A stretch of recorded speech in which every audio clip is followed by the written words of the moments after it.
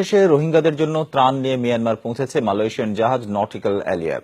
বৃহস্পতিবার দুপুরে ইয়াঙ্গুনের বন্দরে নোঙর করে এই জাহাজটি। তবে এর 2300 টন ত্রাণ নিজেরা বিতরণের সুযোগ পাচ্ছেন না মালয়েশিয়ার স্বেচ্ছাসেবীরা।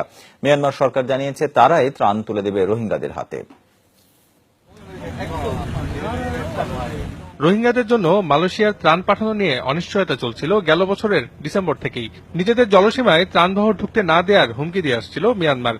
টানা কূটনৈতিক তৎপরতার পর অনিশ্চয়তার অবসান ঘটল বৃহস্পতিবার দুপুরে বাণিজ্যিক রাজধানী ইয়াঙ্গুনের থিলাভা বন্দরে নোঙর করে নটিক্যাল এলিয়া। 2300 টন খাবার ও চিকিৎসা সামগ্রীবাহী জাহাজটিকে ডাকা হচ্ছে ফুড ফ্লোটিলা নামে। রাখাইন রাজ্যে যা হয়েছে আমরা এরই মধ্যে তার বিরুদ্ধে সরব হয়েছি। আমাদের উদ্যোগ এখানেই থেমে থাকবে না, বরং যখনই অন্যায় নিপীড়ন চোখে পড়বে পাশে এসে দাঁড়াবো আমরা। অবশ্য রাখাইনে সরাসরি ত্রাণ বিতরণের অনুমতি পাননি মালয়েশিয়ার স্বেচ্ছাসেবীরা। রাখাইনে নিপীড়নের শিকার রোহিঙ্গাদের হাতে এই ত্রাণ তুলে দেওয়ার দায়িত্ব নিয়েছে মিয়ানমার সরকার। মিয়ানমার সরকারের কাছে ত্রাণ হস্তান্তর প্রক্রিয়া শেষ হয়েছে।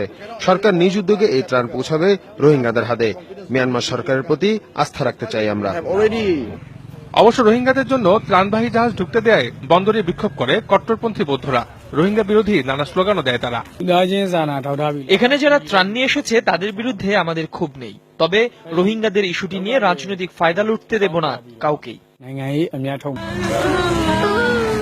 গেল অক্টোবর থেকে মিয়ানমারের রাখাইন রাজ্যে ভয়াবহ রাষ্ট্রীয় নিপীড়নের শিকার হচ্ছেন রোহিঙ্গারা।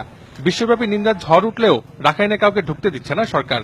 এই অবস্থায় মালয়েশিয়ার ত্রাণ রোহিঙ্গাদের হাতে পৌঁছাবে কিনা তা নিয়ে সংশয় অনেক মানবাধিকার কর্মীর।